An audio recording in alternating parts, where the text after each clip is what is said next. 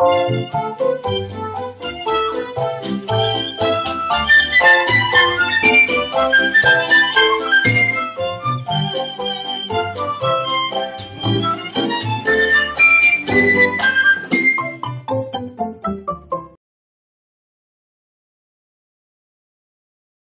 Robinson, I've worked with dozens of neurosurgeons in my career, and I have sent you hundreds of referrals, and approximately 20 have come to actual fusion operations of the neck. You know, you're almost betting 1,000% in helping these people recover and on great outcomes. How do you do it? What's your secret for the successes that you've shown? Well, you know, the answer's simple and complex, as you can imagine from a neurosurgical perspective. The basics of medicine is take a good history, do a good examination, and look at all the data, order new tests if you need to, and then try to come up with a believable diagnosis before you get into the treatment mode. And once you get into the treatment mode, you should be pretty darn certain that you have the right diagnosis so that you can treat the right problem. And ultimately, if that's the case, you're going to have a reasonably decent outcome. I try to keep an eye out for the new stuff, use that which I think is reasonable, ignore that which I think is unreasonable. And every single patient, I treat them like they've never seen another doctor before, but I use all the data that they come with. And I think, in all honesty, my skills are probably no better or different than any other spine surgeon that's experienced. It's just that I've customized the care for each patient. I don't make assumptions. And I treat each patient like this is the first time you've seen a doctor, any doctor, not just a neurosurgeon, a spine surgeon, but any doc. And I assume that maybe there may be some errors in diagnosis, and if I can tune it up a little bit before I start recommending treatment, I make darn certain that I believe that I know what's wrong with the patient. If I can find a structural abnormality, I will treat that structural abnormality. If I can't find something that I think I can make a positive difference, I will confess to the patient, I'm sorry, I know you're hurting, but I can't figure out something I can do to fix it. And when I find something that I think I can do to fix it, I do everything I can to try to get that opportunity. It's that simple. You know, Dr. Robinson, there's another thing that sets you apart from, I hate using the word average neurosurgeon because, as you know, neurosurgeons are the top of the medical establishment. But you have a certain connection that you make with patients, for lack of a better word, a great bedside manner. What's your approach to that, and how do you connect so well with your patients? Well, it's a combination. It certainly is a gift I inherited from my father, who cared about people. And as growing up with him, I thought he cared about other people more than he cared about his own family or himself. And I criticized him for that, actually. And if he were alive today, I'd apologize to him because I look in the mirror and guess who I see? Him. So I inherited that from him.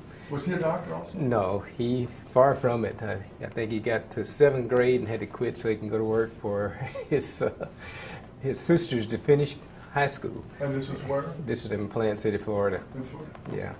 So I inherited the gift of caring for people from him. And beyond that, I think it's just a matter of learning from the patient. And if, you know, when you get old enough to have been sick or your family members have been sick, not only do you get a chance as a health professional to understand what it feels like from the other side, so that when you're in the clinic as the doctor, you already kind of got a sense of what the patient expects and what would make them feel better. And I kid you not, I think that if a patient thinks you care for them, that's a large part of whether they'll get well for you or not. I honestly think sometimes the patient don't like the doctor, they just don't get well just to begrudge him, honestly. But in general, there's no question. If you got a good patient, well-motivated, a good doctor that seems like they care for the patient, you're going to have a better chance to get a reasonable outcome than, say, if the patient just feels like they're a piece of wood or a commodity that you're going to do something to and then go on about your way. I try to make sure my patients are my friends. Now, let's talk a little bit about technique and the technologies that you're wielding in the operating room. Do you use specific devices, fixation devices, or other apparatus that are responsible for your great outcomes? You already know the answer. You gave the answer along with the question. We use the implant that has a section for placing bone graft material. You can buy bone graft material. You can use the patient's own bone. But I usually use an allograft, which is bone chips with chemicals in it, and there are many different products. And you just place that inside the implant before you insert it, and without using the patient's own bone, which is still the gold standard of grafting material. The allograft, or the proprietary material, it works, and there's no reason to harvest bone from some other incision site in the patient. Unless you have some extra bone or chips or sawdust from the drilling, you can put that inside the implant, but I usually use the allograft paste, and it actually stimulates fusion across the disc space, and it's almost like reinforced concrete. You know, when the guys out making the new sidewalk, they put down that wire and stuff, and then they pour cement over it. That's how I explain it to the patients. This is the kind of the concept. But after 3 or 4 months, and then up to a year and a half, the fusion matures, and the metal and the implant are kind of superfluous. You don't take it out; it's just part of the construct. And you can't take it out. No, you should not take it out. It's all part of the fusion process. And the fusion is so unbelievably sturdy from the very beginning. And you know that it's going to get better as time goes on. And it's very rare to have it not work well. Even for smokers. I don't tell the smokers this, but the smokers usually won't quit smoking, even if they swear they got the primary doc. But this particular device, if the bone is hard enough when you're screwing the screws in, and I take each one of those implants, if I'm putting in 1, 2, 3, or 4, I grab it with an instrument and I tug on it to make sure it's sturdy, because I'm going to tell the patient you don't have to have a collar. And when I tell them that, I know that they don't need a collar. If I can't tell them that because it looks like the bone quality is not that good, I will have them wear a collar for at least 6 weeks.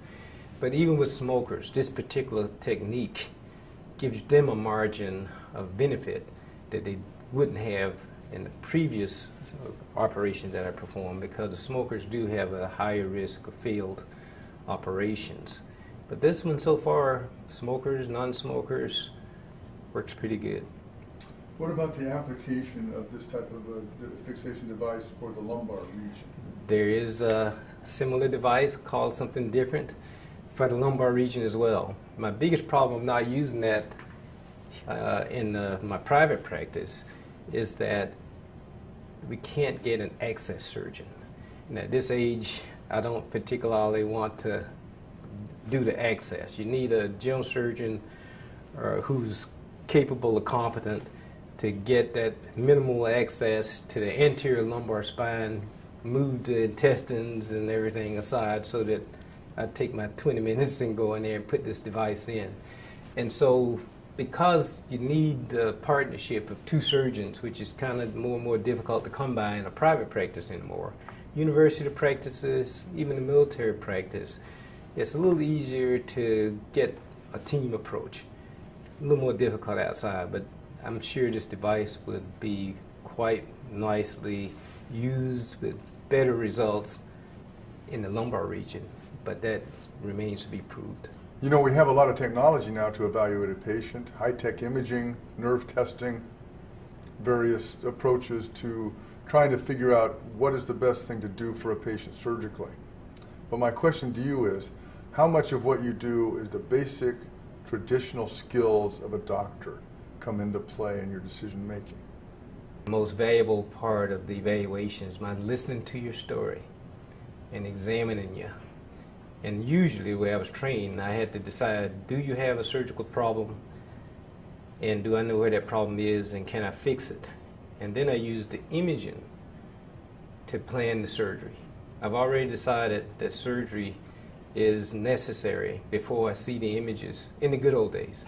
Now the patients, they send the disc to your office with the images on them, and oftentimes you have to figure out, does this pathology that I see correlate with what I hear and find on the patient's examination. And that's still, to answer your question, from a percentage standpoint, it's almost like the old medical school days.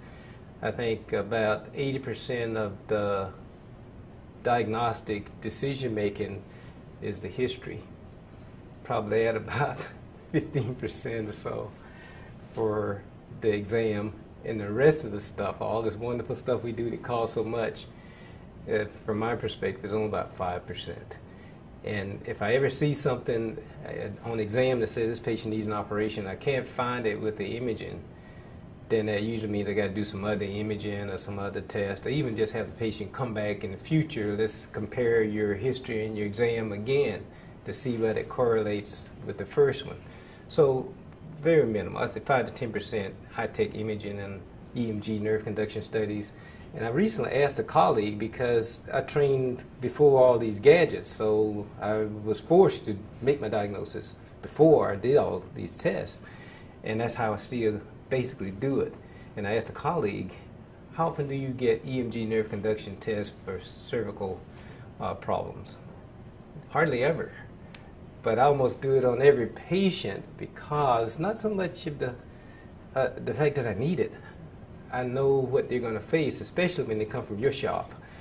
They need to have all these things lined up showing what's wrong and convincing everybody that they ought to have the surgery so you can get this insurance carrier to justify the operation. But for me, just about 15, 20 minutes listening to the story, 5, 10 minutes examining them very carefully, and coming up with a decision. Do you have a surgical diagnosis, and are you a surgical candidate, and can we offer you surgery? Now I look on the images to find out what it is I need to fix, and that's another, could be another question, because patients, certainly over 35 or 40 years of age, usually have more than just the area that I know is causing the problem. They may have trouble next segment already on either side, and you decide, do I go in there and just fix the one that's bad and then hope that the rest be okay, knowing that they're going to be back in a year or two?